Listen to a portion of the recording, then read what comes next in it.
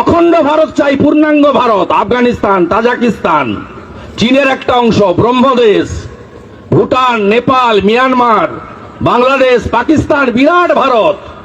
পশ্চিম বাংলার মুখ্যমন্ত্রী শুভেন্দ্র যে কথাটা বলল তার খুব সাহস আছে, প্রশংসা করি। বরিশালের সন্তান তো, সাহস থাকা স্বাভাবিক।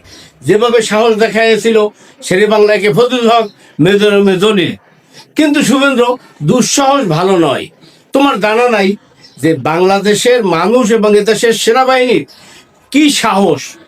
1965 সালে সেই ভারত পাকিস্তানের যুদ্ধে যখন ভারত বলছিল 24 ঘন্টার মধ্যে লাহোরে গিয়ে চা খাবে, তখন এই বেঙ্গল রেজিমেন্ট থেকে 450 জন এবং পাঞ্জাব রেজিমেন্ট থেকে 150 জন, এই 600 জন বুকের উপরে ডিনামাইট বেঁধে 3 দিনের মধ্যে ভারতের 600 ট্যাঙ্ক ধ্বংস করে। বাধ্য হয়ে ভারত তাশখন্দ চুক্তিতে যায়, নতুবা ভারত খণ্ড বিখণ্ড হয়ে যেত। অন্যদিকে 1971 সালের যুদ্ধে এই বাঙালি সেনারাই কিন্তু যুদ্ধ করেছে, বাংলার দামাল ছেলেরাই কিন্তু যুদ্ধ করেছে। কিন্তু আওয়ামী লীগের দুর্বলতার কারণে তোমার দেশের সেনাবাহিনী তারা পাকিস্তানের সাথে বন্দি চুক্তি বিনিময় করছে এবং সারেন্ডার অনুষ্ঠান করছে। আর সেই অবস্থা যদি বাংলাদেশের সেনাবাহিনী থাকতো তাহলে এগুলো করতে পারতো না। অন্যদিকে আমি বলবো, রৌমারী সীমান্তে শতাধিক ভারতের সৈন্য তারা কিন্তু বর্ডার যুদ্ধে মারা গেছে, আর বাংলাদেশের মাত্র 12 জন। আবার অন্যদিকে এই মিয়ানমারের সাথে বর্ডার যুদ্ধে 600 মিয়ানমারের সৈন্য মারা গেছে, আর বাংলাদেশের বিডিআর একজনও না।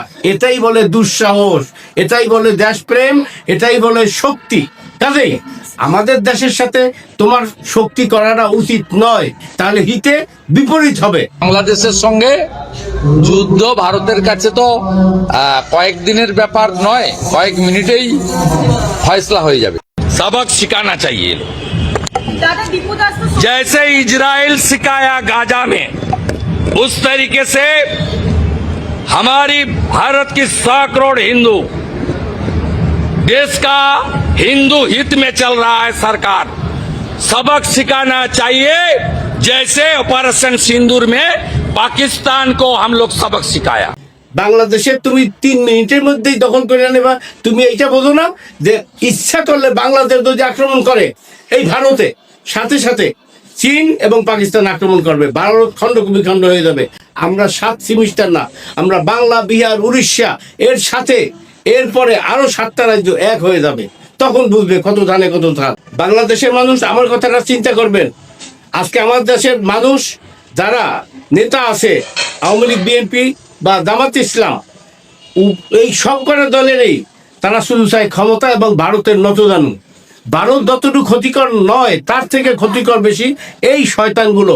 তাদেরকে আমাদের চিহ্নিত করতে হবে। কাজেই দেশবাসী, দেশের স্বার্থে, ইসলামের স্বার্থে আমরা ঐক্যবদ্ধ হব, এটাই আমি চাই।